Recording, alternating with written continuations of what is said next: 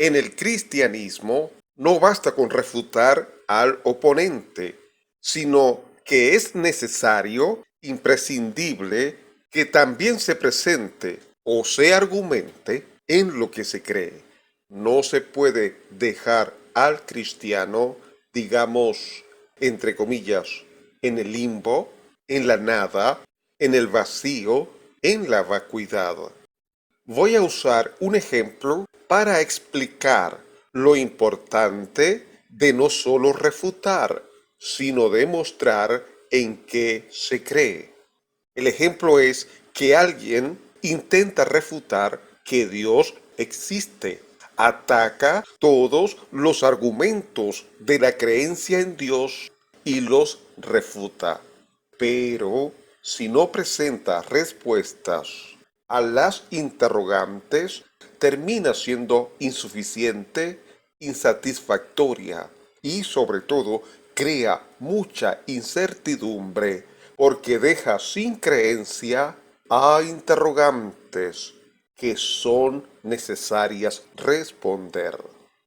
Si según esta persona Dios no existe, entonces, ¿qué o cómo se creó este mundo?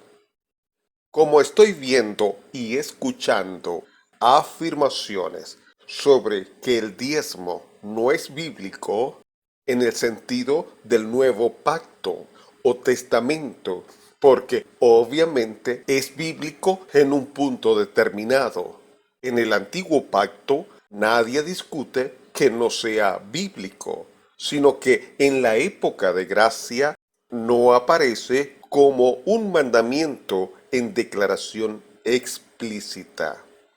Fíjese bien, el criterio para rechazar la práctica del diezmo es que se exige que aparezca el mandamiento en declaración explícita. Esas personas demandan que aparezca algo como, abro comillas, deben dar el diezmo a las personas llamadas a ministerio, cierro comillas, o, abro comillas nuevamente, las personas llamadas a ministerio deben ser sostenidas por el diezmo, cierro comillas. Por tanto, como no aparece en la forma que se exige, entonces llegan a la conclusión que, entre comillas, no es bíblico. Pero evalúe usted la honorabilidad, la honradez intelectual de los que sostienen esa posición. Si consideran que eso lo hace una práctica contraria al nuevo pacto o testamento, pregunto, ¿aparece en el Nuevo Testamento o pacto declaraciones como estas a favor de la ofrenda o el salario?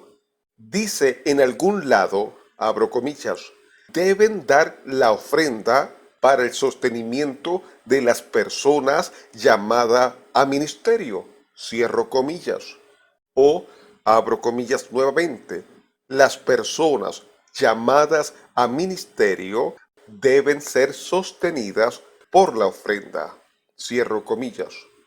En el caso del salario sería así, abro comillas, deben dar el salario para su sostenimiento a las personas llamadas a ministerio, cierro comillas, o abro comillas nuevamente, las personas llamadas a ministerio deben ser sostenidas por salario, cierro comillas. No, no aparece en ninguna parte de la Biblia en declaración explícita ni el diezmo, ni la ofrenda, ni el salario como sistema de sostenimiento de las personas llamadas a ministerio. Se fija que no hay honestidad, integridad, porque no someten al mismo criterio a todas las modalidades o formas, sino solo al diezmo. Pero obvian, y parece que es omisión voluntaria y maliciosa, eso no los hace imparciales, objetivos, veraces, porque el criterio, cuando son de personas justas, no tienen problemas en medir con la misma vara cualquier proposición. No tienen problemas en someterse y exponer sus creencias en las mismas condiciones. Pero el caso es que todas las religiones llamadas cristianas tienen doctrinas que no provienen de declaración explícita.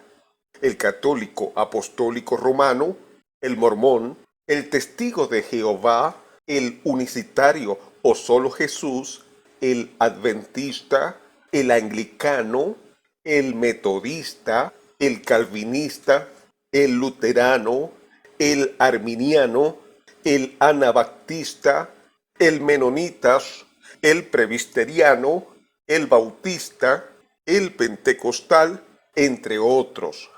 Todos tienen doctrinas provenientes de declaración implícita, no explícitas. Así que cuando algo no van con sus creencias, muestran sus prejuicios, sus predisposiciones para rechazarla. Pero cuando les toca defender una doctrina que ellos están de acuerdo, entonces no demandan declaración explícita. Eso los hace personas con doble moral, con doble discurso. Los incautos, los simples, no notan esas contradicciones y se dejan embaucar. Bien dice la Biblia, abro comillas, el simple todo lo cree, cierro comillas. Como todas las religiones llamadas cristianas tienen doctrinas no provenientes de declaración explícita, sino que también la tienen de declaración implícita. Para tener doctrinas de declaración implícita, hay procedimientos para demostrar si éstas tienen asidero bíblico. Esas doctrinas se demuestran por medio de premisas y conclusiones. Y cuando es verdadera, no se puede refutar ninguna premisa ni la conclusión. Bueno, cualquiera que sea su posición, que sostenga cómo debe ser el sostenimiento de los ministerios, exponga sus premisas para ser revisada y veremos cuál es sólida y cuál tiene debilidad. En el próximo mensaje presentaré las premisas que sostengo en mi posición, si el Señor lo permite. El título del mensaje, sea diezmo, ofrenda o salario, estamos obligados a demostrarlo por la Biblia.